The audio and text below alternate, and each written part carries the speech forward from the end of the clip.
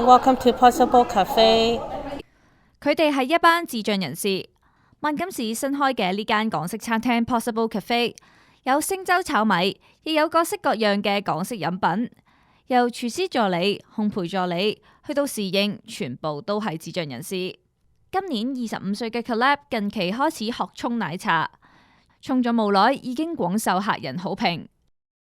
因為啲人叫我潮男仔，係啊，叫佢茶王男仔，特登過嚟揾佢飲佢整嘅奶茶嘅咁樣。係好開心，因為只要有信心，乜嘢都可以做得好。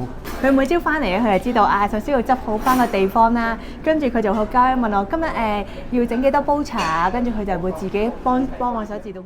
咁我哋就按住唔同學生嘅唔同需要同能力咧，去配合佢哋。佢哋嘅能力咧，其實佢哋係好好咧，佢哋好肯去學嘅。咁但係佢哋可能咧，有時候咧，佢哋最需要嘅咧，就係多一啲時間同埋一啲機會俾佢哋。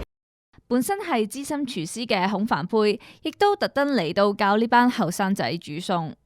炸嘢就好簡單，咁樣我而家咧，我因為好多嘢咧，我醃咗咁樣炸咧，佢哋即係教佢控制嘅火爐，要跟住佢眼啦。因為我炸落去有時候我要煮嘢咧，就睇落去咧，翻轉頭我要希望佢哋即係做得一次唔得第二次，希望要越做越好。希望我即係教到佢哋能夠即係有個吸收知識喺度，自己能夠支持自己。咁我哋發現原來咧喺一個飲食業裏面，其實有好多嘅工種咧，其實都係好適合即係我哋嘅智障人士可以參與喺當中嘅。咁只要有即係適當嘅訓練啦、適當嘅機會啦，同埋即係俾足夠嘅時間佢哋咧，其實佢哋都可以成為一個即係可以好有貢獻嘅員工。返工貢獻社會之餘，呢班智障人士亦都從中建立友誼。我識咗阿 Lily 好耐啊。係啦，我識得阿 Luan 好耐啦，3年啦。3年。有時同阿國傾下電話咯。send WhatsApp 嘢咯。啲相啊。係咯，睇啲相 message 咯。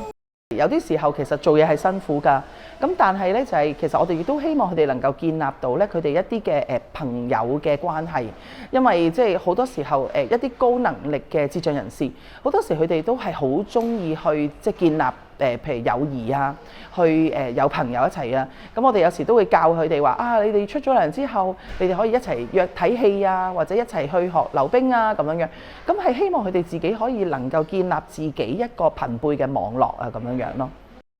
見到佢哋面露笑容，最開心嘅一定係佢哋嘅屋企人。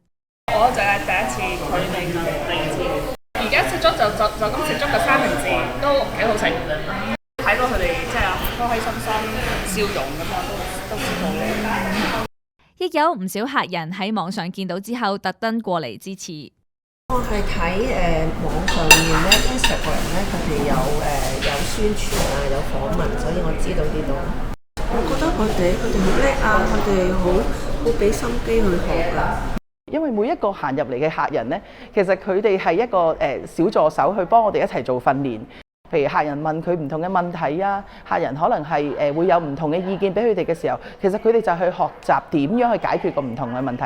咁所以咧，每一個客人入嚟咧，其實唔係淨係客人嚟㗎，其實佢哋係一個訓練員嚟㗎。